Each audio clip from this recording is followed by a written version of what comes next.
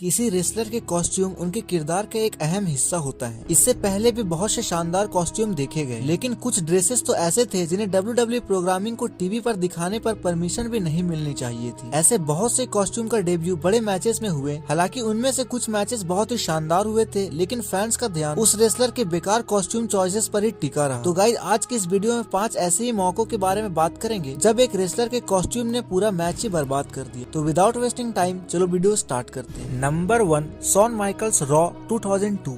इतने सालों में शॉन माइकल्स ने बहुत सारे कॉस्ट्यूम पहने, पर मिस्टर रेसलमेनिया ने भी अपने ड्रेस को चुनने में गलतियां की हैं। 2002 में एचबीके के छोटे से वर्ल्ड टाइटल रेन के दौरान उन्होंने रॉ वेंडम से रॉ की रेसलिंग करी थी, लेकिन उनके बीच हुए सबसे पहले मैच में एचबीके ने बहुत ही अजीबोगरीब ड्रेस पहने हुए थे और उसी कॉस्ट्यूम को पहने हुए लड़ने का फैसला किया, जो कि उन्हें बिल्कुल भी शूट नहीं कर रहा था। एचबीके ने ब्लैक टाइट्स पहने जिन्हें दोनों साइड पे एचबीके लिखा हुआ था। वो अटायर बहुत ही ज्यादा ध्यान भटकाने वाला था और लग रहा था जैसे कि वो अटायर आखिरी मिनट में लगाया गया है। उस समय ज्यादातर लोगों का ये मानना था कि ये वही कॉस्ट्यूम है जो कि एचबीके 2002 के सर्वाइवर सीरीज में पहनने वाले थे। हालांकि ये कॉस्ट्यूम उनका बेस्ट नहीं था, लेकिन इस गलती के बाद ये रेसलिंग लेजेंड आगे अपने रिंग्स में अपने कपड़ों को लेके थोड़ा ज्यादा ध्यान रखने लगे। Number 2, the Undertaker mayhem in Manchester. किसी रेसलर का गियर खो जाना एक बहुत बड़ी प्रॉब्लम खड़ी कर सकती है, और यही हुआ था 1998 में जब WWE यूके में मेहम इन मैनचेस्टर को प्रेजेंट करने जा रहे थे। अंडरटेकर का गियर प्रेजेंटेशन के सबसे अहम हिस्सों में से एक है। वो जब उनका गियर एक फ्लाइट में खो गया, तब WWE को एक प्लान बी के बारे में सोचना पड़ा। अंडरटेकर की फाइट उस समय केन से होने वाला था और उसके लिए अंडरटेकर ने कुछ गियर DOA से लेने का फैसला किया, जो कि जाने अनजाने में उस रिटायर से काफी मिलता जुलता था, जो कि आगे जाकर अंडरटेकर ने अमेरिकन बैडेस्ट कैरेक्टर को दिखाने के लिए पहना था। वो इवेंट VHS पर पूरे यूके में रिलीज हो गया, लेकिन WWE ऐसा बिल्कुल नहीं चाहती थी कि वो अपने सबसे बड़े स्टार को ऐसे आधे अधूरे गियर में दुनिया के सामने पेश करे। तो उन्होंने कवर पर डेडमैन के उनकी क्लासिक फिल्म वाली पिक्चर इस्तेमाल की, जो कि उस टाइम पर उनका कॉस्ट्यूम था। अब बात करते हैं नंबर 3,